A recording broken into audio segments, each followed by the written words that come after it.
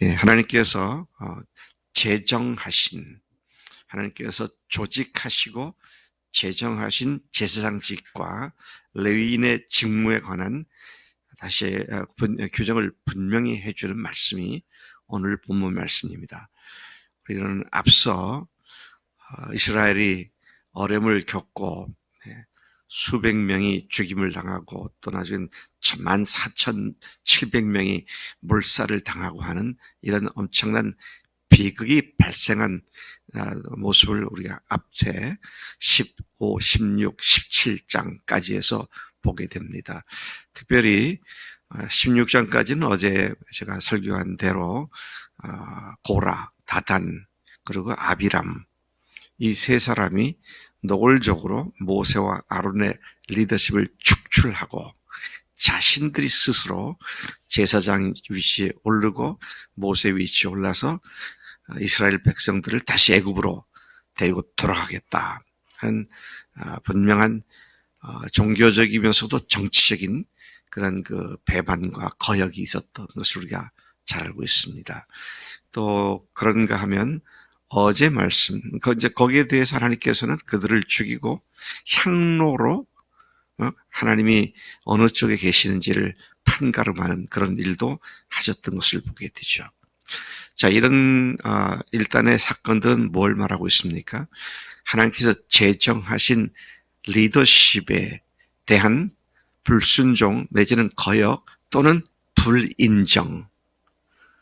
모세, 아론, 너희들이 뭐 잘났다고 우리도 똑같이 하나님의 말씀을 듣고 있는데 이러면서 리더십을 거부한 그런 근본 문제가 있죠. 아마 이것의 시작은 미리암으로부터 시작된 것 같아요.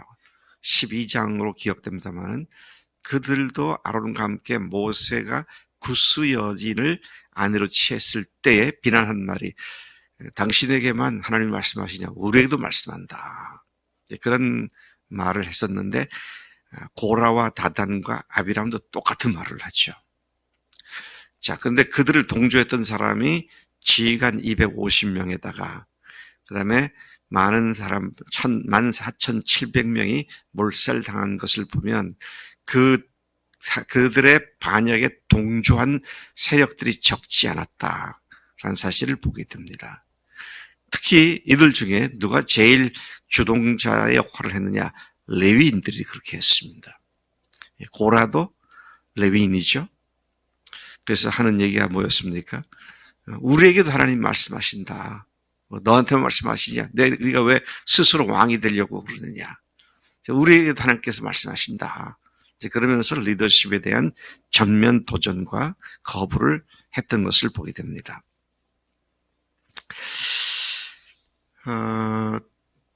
이런 사실은 뭘 얘기합니까? 이스라엘 전반에 걸쳐서 모세와 아론의 리더십에 대한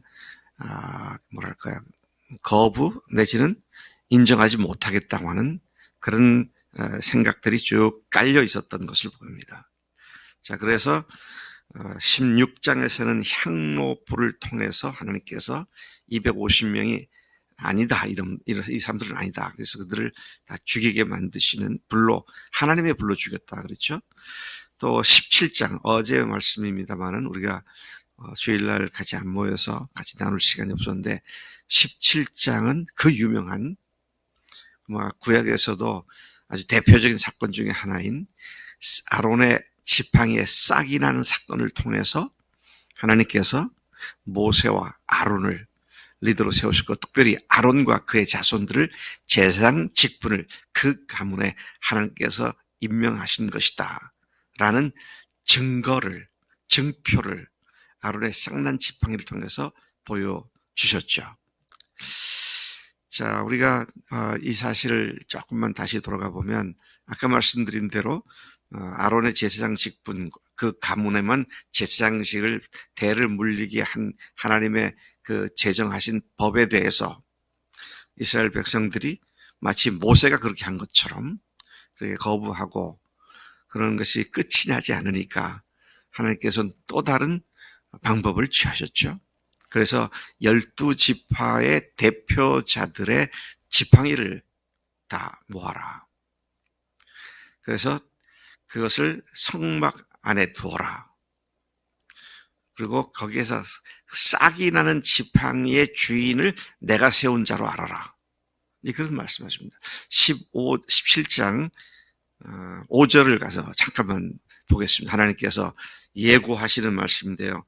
17장 5절에 내가 택한 자의 지팡이에는 싹이 나리니 이것으로 이스라엘 자손이 너희에게 대하여 원망하는 말을 내 앞에서 그치게 하라. 더 이상 리더십에 대한 원망을 그치게 하기 위해서 하나님께서는 지팡이에 싹이 나게 하는 사건을 표적으로 삼으셨다.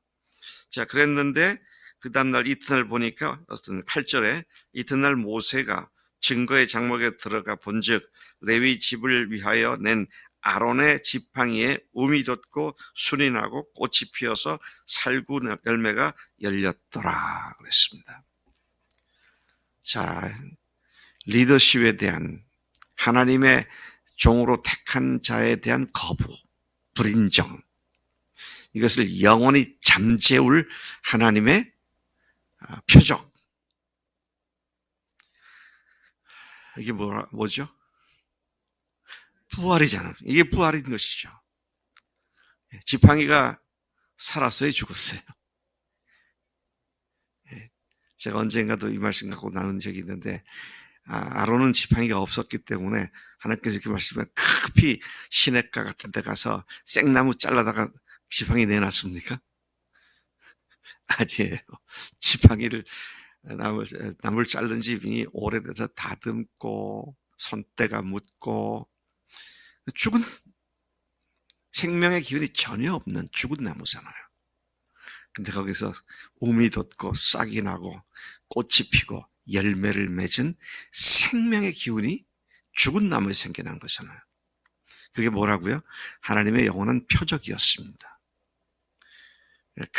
그가 아론과 그의 자식들이 하나님의 세움 받은 것이냐 아니냐,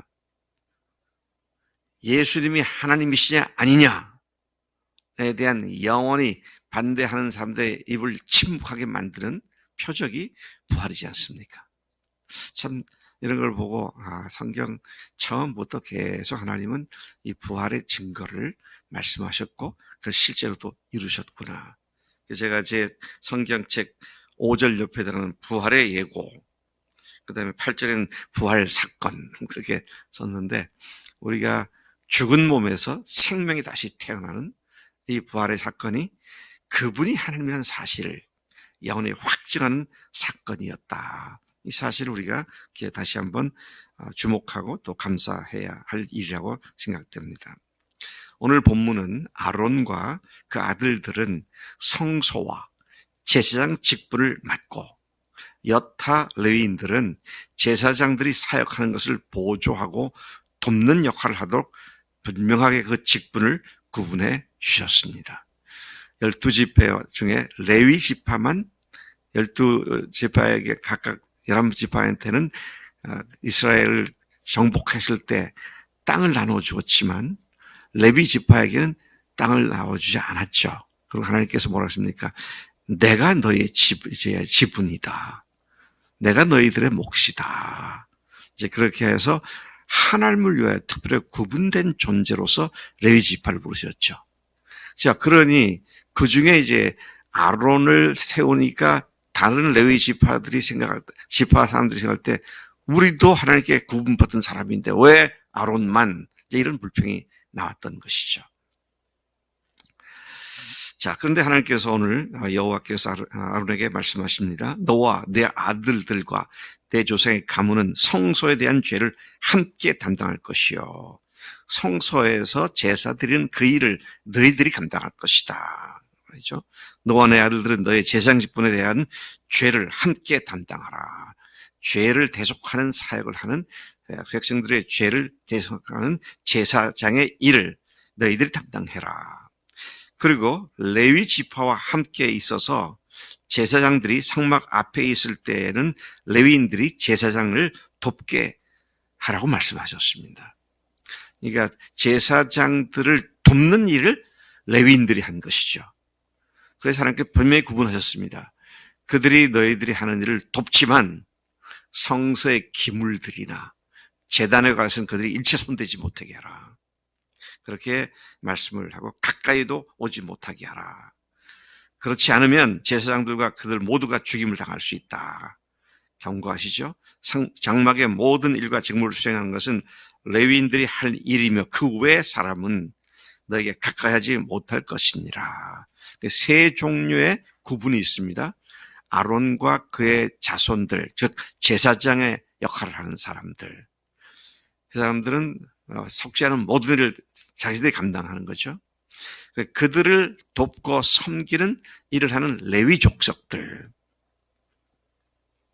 그리고 레위 족속이 아닌 그 외 사람들. 자, 이렇게 세 부류로 이렇게 나눠서 하나님께서는 이스라엘 백성들에게 제사장 직분과 레위들의 할 일들이 무엇인지를 분명하게 선포해 주셨습니다. 이것이 언제 있었던 일이냐?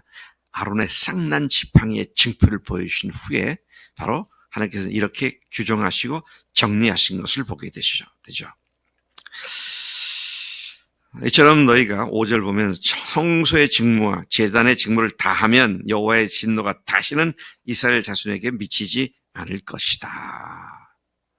여러분, 이게 무슨 말입니까? 죄 석죄하는 일, 또 오늘 우리가 예수님을 믿고도 또 죄를 짓잖아요. 그럴 때마다 회개하고 깨끗하게 돼서 하나님의 징벌을 받지 않도록 제대로 된 회개를 끊임없이 하라고 말씀하신 것으로 이해가 됩니다. 6절, 너희 형제 레위인들을 하나님께서 회막에서 일을 하도록 너에게 주신 선물이다. 주신 선물이다 그랬습니다. 제가 이 말씀을 조금 이해할 것 같아요. 같이 교회를 세우고 섬기는 일에, 특별히 새벽 기도에 늘 제일 먼저 나와서 문 열고 불 켜고 또 이 공기청정기 틀고, 그런 임집사님이 아파서 지금 2주째 이렇게 새벽에 못 나오고, 그러니까 가지고 아침에 은혜 자매가 또 제일 먼저 나와서 그 일을 하더라고. 그래서 내가 가만히 생각해, 임집사님이 하나님께 주신 선물이구나, 그런 생각이 들더라고요. 여러분, 하나님 앞에 우리가 같은 동력자들로서 선물로 하나님께서 일을 같이 하라고 세우신 그런 교인들이 목회자에 주시는 선물이구나, 제가 그런 생각을 하게 되더라고요. 요즘은 우리 김철민 형제가 또 하나님께 주신 선물인 것 같아.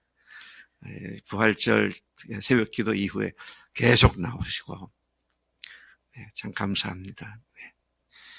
또 우리 최 집사님도 아주 귀한 선물을 해서, 가만 보니까요, 제가 힘을 얻는 건 거기에 있어야 할 사람들이 있어주는 게 힘이 되더라고요.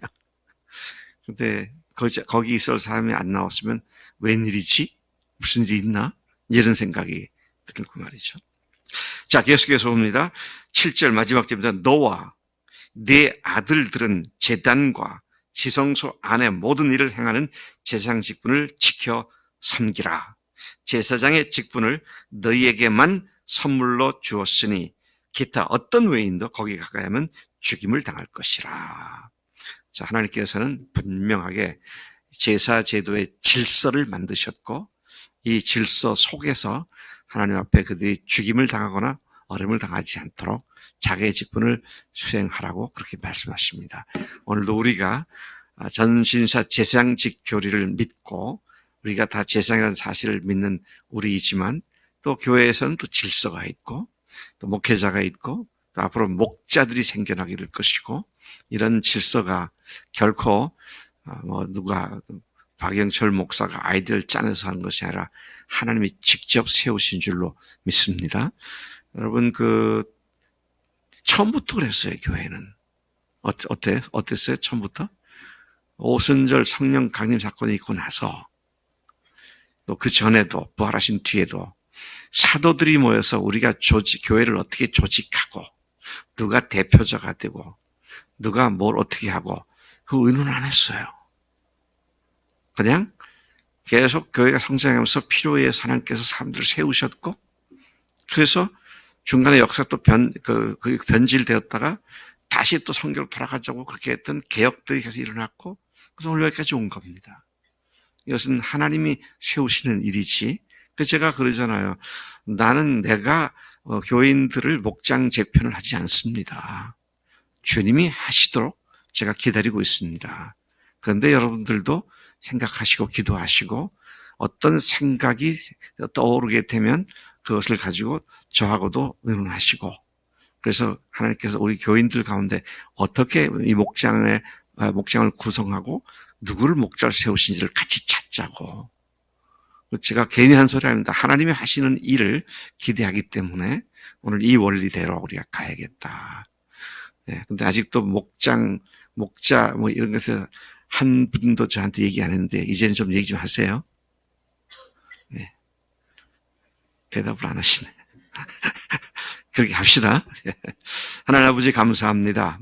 하나님이 세우신 것을 누가 업신여기고 누가 그것을 폐지시키겠습니까?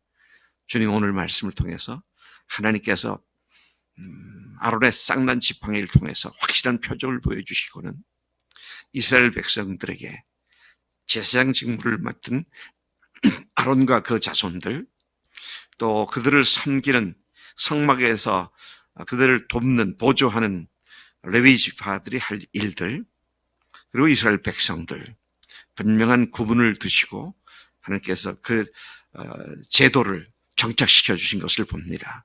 하나님, 오늘 우리도 하늘 백성으로서 하나님께서 교회해 주신 리더십들과 교회해 주신 하나님의 인도하심을 우리가 철저히 믿고 또 존중하고 순종하여 하나님의 건강한 교회를 이루는 일에 우리를 사용해 주실 줄로 믿습니다. 그 일이 금년에 왕성하게 일어나는 성령의 역사하심을 보는 복된 한 해가 되도록 인도하실 줄로 믿습니다. 감사하고 예수님의 이름으로 기도로 쌉나이다. 아멘. 아멘.